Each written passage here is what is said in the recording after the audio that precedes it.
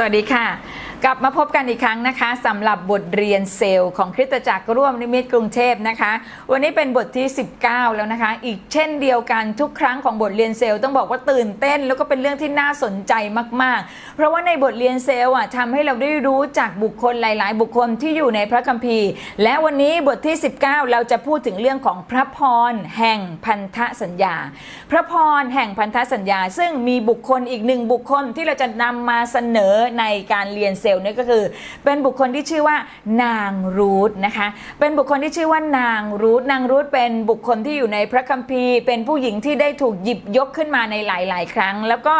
จำเป็นอย่างยิ่งนะคะที่ผู้สอนผู้เรียนผู้อ่านจะต้องไปเปิดอ่านในพระธรรมนางรูธมีอยู่ไม่กี่บทเองสั้นๆแต่เป็น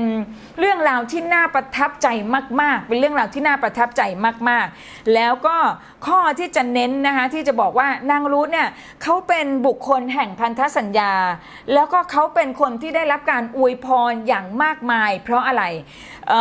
สิ่งที่จะเน้นก็คือว่าในนางรูธบทที่1ข้อที่16นะคะนางรูธบทที่1ข้อที่16ก่อนที่จะไปถึงข้อตรงนี้เนี่ยอธิบายให้ฟังก่อนว่าพระเจ้าของเราเนี่ยเป็นพระเจ้าแห่งพันธสัญญาเวลาที่เราอ่านพระคัมภีร์เราจะเจอคำว่าพันธสัญญาพระเจ้าทรงรักษาพันธสัญญาพระเจ้าแห่งพันธสัญญาพระเจ้าองค์นี้เป็นพระเจ้าแห่งพันธสัญญาคือหมายความว่าเวลาพระองค์สัญญาอะไรแล้วเนี่ยพระองค์อุทิศตัวของพระองค์อย่างเต็มที่ในการรักษาพระสัญญาของพระองค์ไม่ใช่แค่สำหรับชั่วอายุคนหนึ่งถึงอายุอีกคนหนึ่งแต่เป็นเรื่องของชั่วนิรันดร์เมื่อพระคัมภีร์หรือว่าพระเจ้าได้ตรัสบางสิ่งบางอย่างมันเป็นพันธสัญญาที่ผูกพันเป็นนิรันดร์และพระเจ้าองค์นี้เป็นพระเจ้าที่รักษาพันธสัญญาของพระองค์ดังนั้นเนี่ยเวลาที่เราเป็นลูกของพระเจ้าแล้ว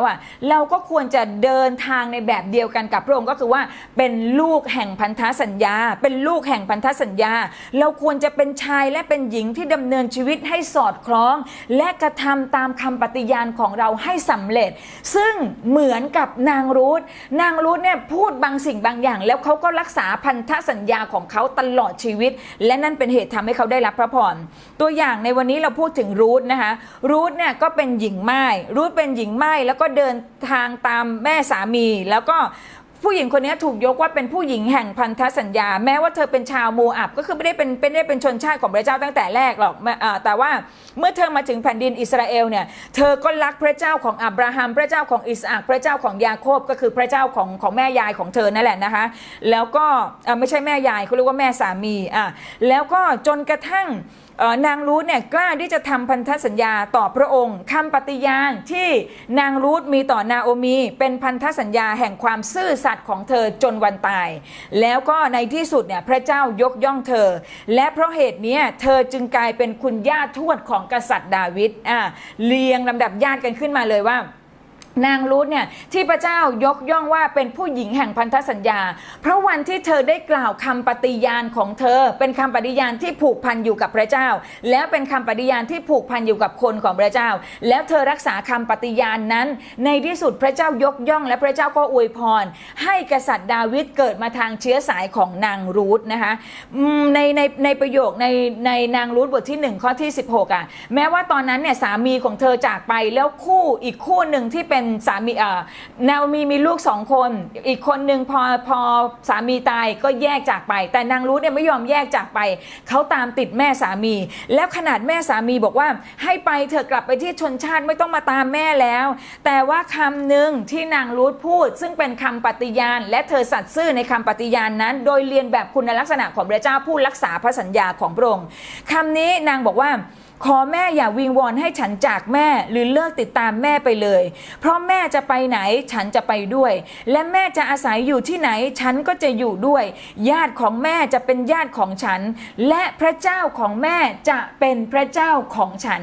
นี่คือคำปฏิญาณที่รูธมีกับนางนาโอมีและมีต่อพระเจ้าแล้วในที่สุดเธอรักษาพันธสัญญานั้นน่ะแล้วมันทำให้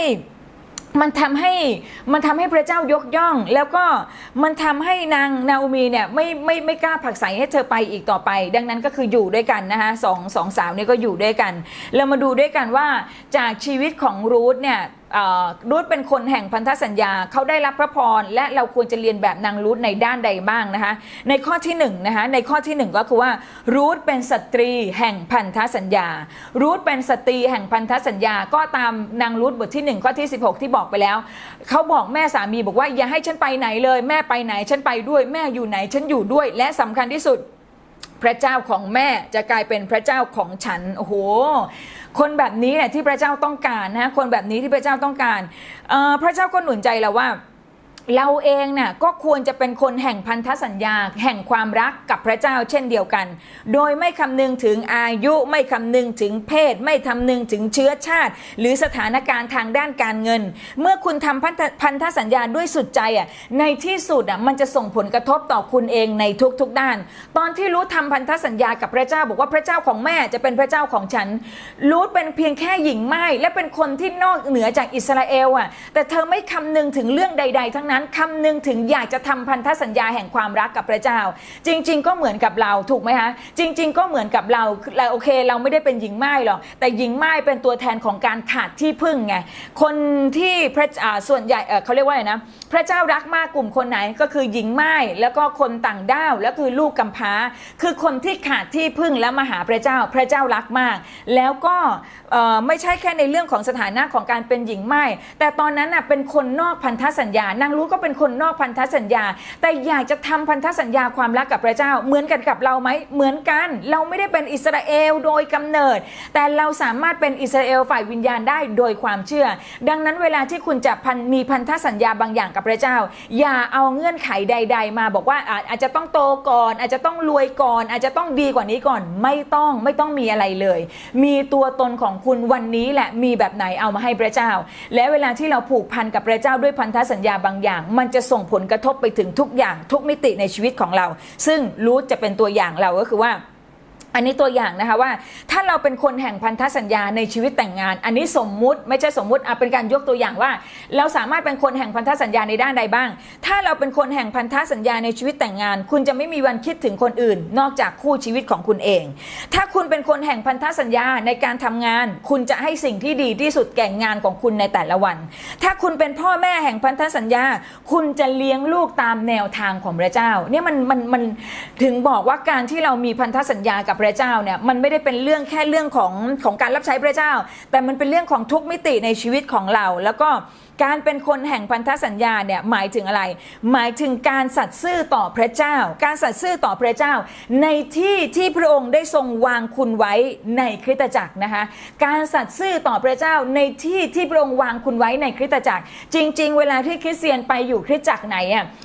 เรามักจะคิดว่าเราเป็นคนเลือกคริสตจักรเปล่าจริงๆพระเจ้าต่างหากเป็นคนเลือกให้กับเราคริสตจักรมีเยอะแยะมากมายทำไมคุณได้รับเชื่อพระเจ้าที่นี่ทำไมคุณได้คลุกเคลื่อนมารับใช้พระเจ้าที่นี่พระเจ้าต่างหากเป็นคนเลือกคริสตจักรให้กับคุณและเวลาที่พระเจ้าเลือกคริสตจักรให้กับคุณไม่ใช่แค่เลือกคริสตจักรแต่พระเจ้าเลือกวางตำแหน่งของเราในคริสตจักรบางคนเป็นพี่เลี้ยงบางคนทำงานรับใช้พระเจ้าเต็มเวลาบางคนทำงานเต็มที่แต่ไม่เต็มเวลาบางคนอยู่ในส่วนของเบื้องหลังบางคนอยู่ในส่วนของเบื้องหน้าแต่พระเจ้าบอกว่าถ้าคุณเป็นคนแห่งพันธสัญญาไม่ว่าจะอยู่จุดไหนคุณจะสัตย์ซื่อกับสิ่งที่พระเจ้าวางคุณลงในตำแหน่งตรงนั้น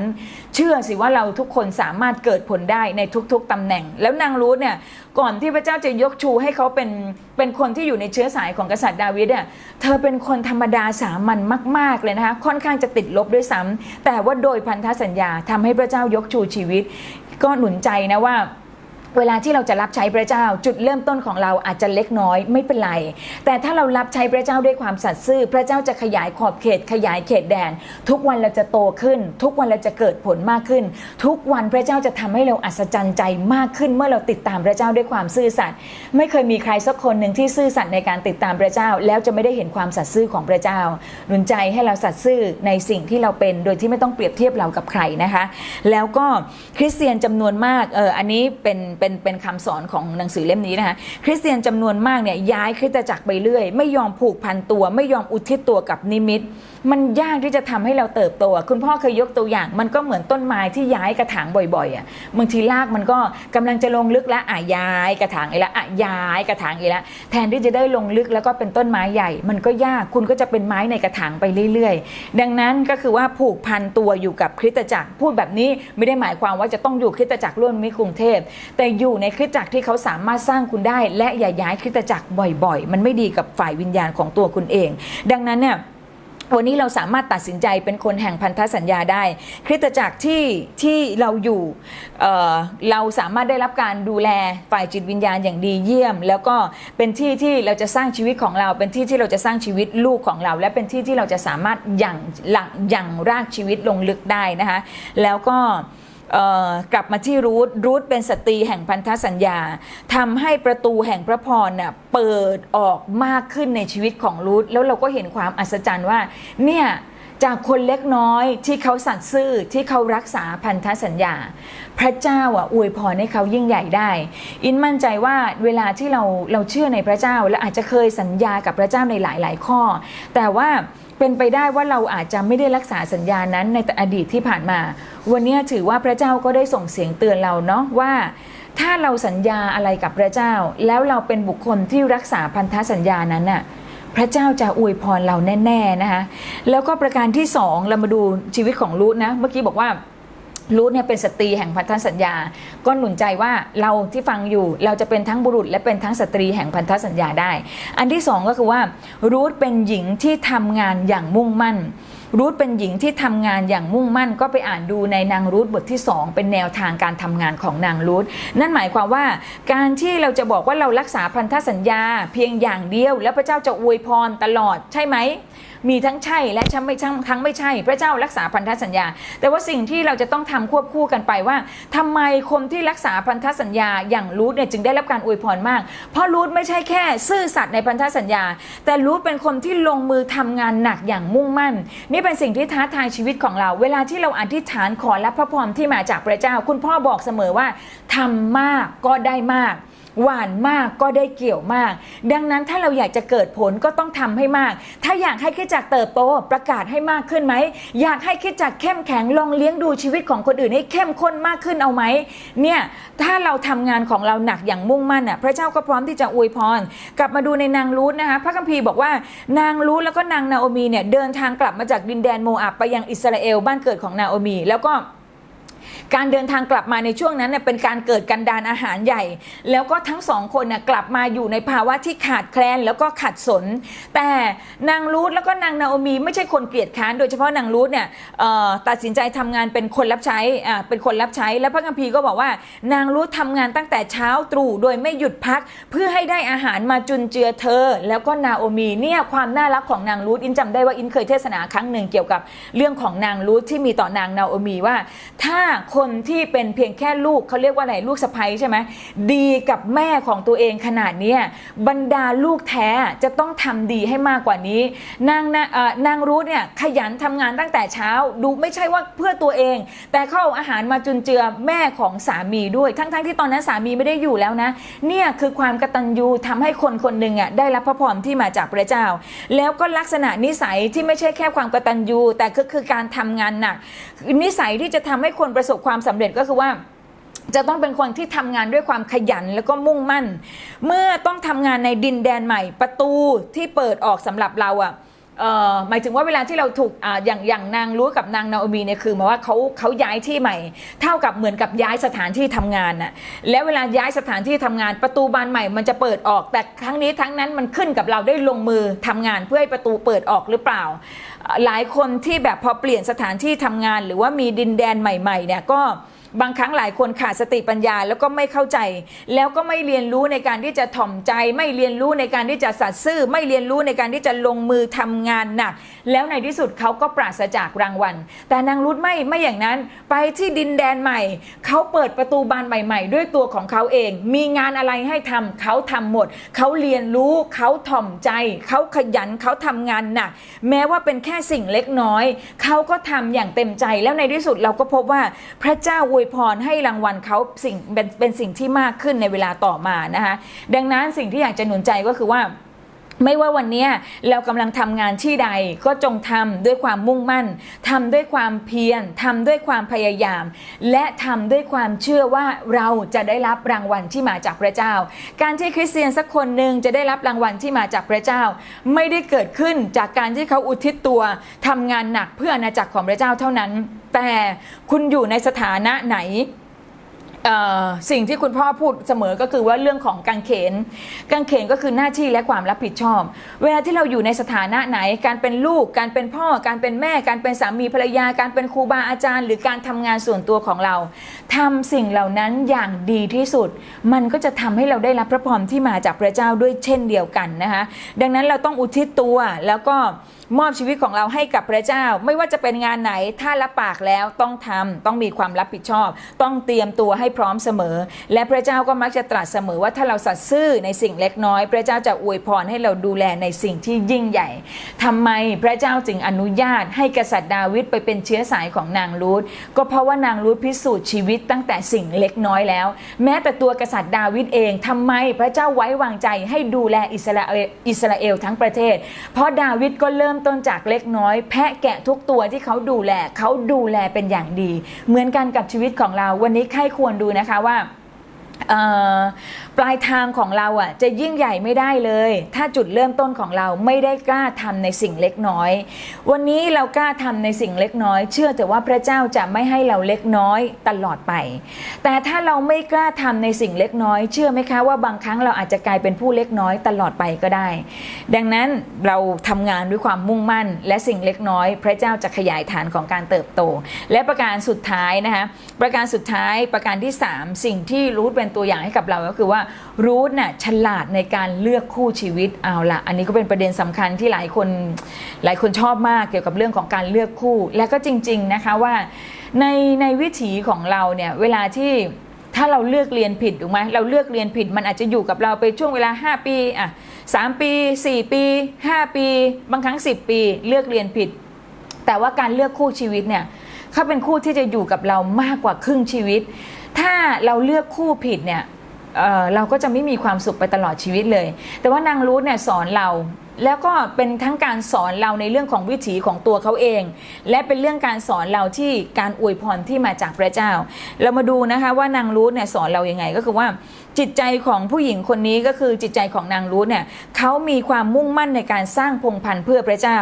เมื่อเราอ่านพันธสัญญาเดิมเราจะรู้ว่าพระประสงค์ของพระเจ้าหรือว่าพระทัยของพระเจ้าก็คือการสร้างทุกคนในครอบครัวที่จะปฏิบัติรับใช้พระเจ้าจำคำของโยชูวาได้ไหมคะโยชูวาบอกว่าสำหรับคนอื่นไม่รู้แต่สำหรับข้าพเจ้าและครอบครัวเราจะปฏิบัติพระเจ้ารู้ซึมซับในสิ่งเหล่านี้รู้ว่าคนที่มีพระเจ้าพระประสงค์ของพระเจ้าก็คือทุกคนในครอบครัวจะต้องรับใช้พระเจ้ารูธมีสิ่งเหล่านั้นอยู่ในชีวิตรู้เรื่องนี้ดีแล้วก็รูธเนี่ยก็เป็นหญิงสาวที่งดงามแต่พระคัมภีร์บอกว่า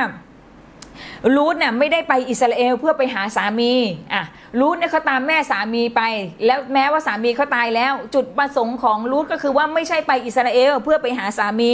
ดังนั้นในหนังสือเล่มนี้หนุนใจเรานะคะ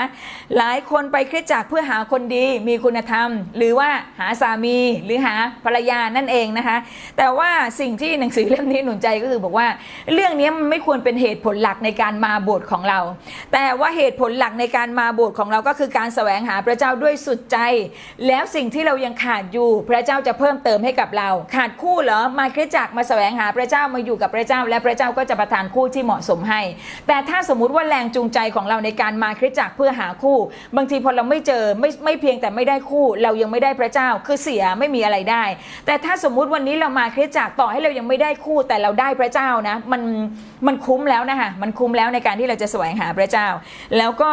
รูธเนี่ยตั้งใจจะเป็นพรต่อนางนาโอมีเพราะว่าเธอมีเป้าหมายที่ถูกต้องเธอจึงตัดสินใจอย่างดีที่สุดเกี่ยวกับคู่ชีวิตของเธอสิ่งสำคัญก็คือว่า เราอย่าตัดสินใจผิดในเรื่องของการเลือกคู่พระคัมภีร์บอกเลยว่ารูธเลือกโบอาซเนี่ยอายุมากกว่าแล้วก็เป็นบุรุษแห่งพระพรมีเชื้อสายของปุโรหิตรูธและโบอาซก็ร่วมกันให้กำเนิดบุตรชายชื่อโอเบดและจากเด็กคนนี้พงศ์พันธุ์ของพระเมสสิยาจึงมาบังเกิดก็คือเป็นเชื้อสายของกษัตริย์ดาวิดนั่นเองดังนั้นเนี่ยเวลาที่เลือกคู่ถูกนะคะถูกกับเราแล้วก็ถูกกับพระเจ้าเนี่ยเราจะทำให้พงศ์พันธุ์ของเราได้รับพระพรที่มาจากพระเจ้าคือถ้าสมมติเราเลือกคู่ผิดบางทีมันไม่ได้เป็นเรื่องของชีวิตของเราเท่านั้นแต่มันเป็นเรื่องที่ส่งไปถึงลูกหลานแล้วก็พงศ์พันธุ์ของเราด้วยแต่รูธเลือกคู่ถูกและในที่สุดพระเจ้าก็อวยพรทั้งพงศ์พันธุ์นะคะแล้วก็รูธเป็นผู้หญิงที่โดดเด่นในประวัติศาสตร์เป็นสตรีแห่งพันธสัญญาและก็นำความมั่งคั่งอันอุดมและพระพรมาสู่ชีวิตของเธอดังนั้นหนุนใจวันนี้ด้วยชีวิตของรูธซึ่งถือเป็นชีวิตที่เป็นการรักษาพันธสัญญา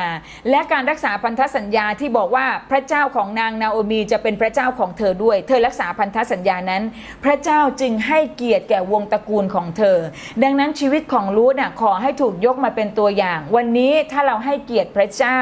ถ้าเรารักษาพันธสัญญาทุกอย่างที่เราเคยสัญญากับพระเจ้าเราจะทำแบบนั้นเราจะทำแบบนี้เราจะถวายอย่างนู้นหรือว่าเราจะอะไรอย่างเงี้ยถ้าเรารักษาพันธสัญญาหรือคำสัญญาของเราพระเจ้าจะรักษาพระสัญญาของพระองค์และพระเจ้าจะอวยพรเราอย่างมากมายแล้วก็หนุนใจด้วยชีวิตเล็กๆของรูธเริ่มต้นอย่างเล็กน้อยเริ่มต้นจากติดลบเลยทำงานหนักด้วยแบบในสถานะที่ต่ำต้อยแต่ในที่สุดแล้วการเวลาพิสูจน์ว่าพระเจ้าของเรายิ่งใหญ่และพระเจ้าของเราเป็นจริงชีวิตที่เล็กน้อยจากนางรูธกลายเป็นชีวิตที่ใหญ่โตมั่งคั่งและเป็นเชื้อสายของพระเจ้าก็มาบังเกิดในเชื้อสายของนางรูธดังนั้นก็หนุนใจนะคะวันนี้ถ้าวิถีชีวิตของเราเปรียบเทียบกับนางรูธเราก็สามารถสร้างพระพรให้เกิดขึ้นในชีวิตของเราได้โดยการที่เรารักษาพันธสัญญาที่มีต่อพระองค์อธิษฐานด้วยกันนะคะข้าแต่พระเจ้าพระบิดาเราขอบคุณพระเจ้าสำหรับชีวิตของนางรูธที่พระองค์ได้ทรงยกมาเป็นตัวอย่างสอนเราในเรื่องของการรักษาพันธสัญญาและเราเห็นแล้วว่าพระเจ้าไม่เคยติดค้างใครพระเจ้าไม่เคยตัดมูสาพระเจ้ายกชูและพระเจ้าอวยพรชีวิตของนางรูธขอให้นางรูธจะได้เป็นแบบชีวิตของเราแม้เริ่มต้นจากเล็กน้อยเริ่มต้นจากการติดลบแต่ถ้าเรารักษาสัญญาที่เรามีต่อพระเจ้าจะอวยพรพระเจ้าจะเพิ่มเติมพระเจ้าจะเพิ่มพูนให้กับเราขอให้นางรูธเป็นตัวอย่างแก่เราและเราจะดำเนินชีวิตเพื่อเป็นตัวอย่างแก่คนอื่นๆต่อไปเราจึงอธิษฐานร่วมกันในพระนามพระเยซูคริสต์เจ้าอาเมนติดตามตอนต่อไปในสัปดาห์หน้านะคะพระเจ้าอวยพรค่ะ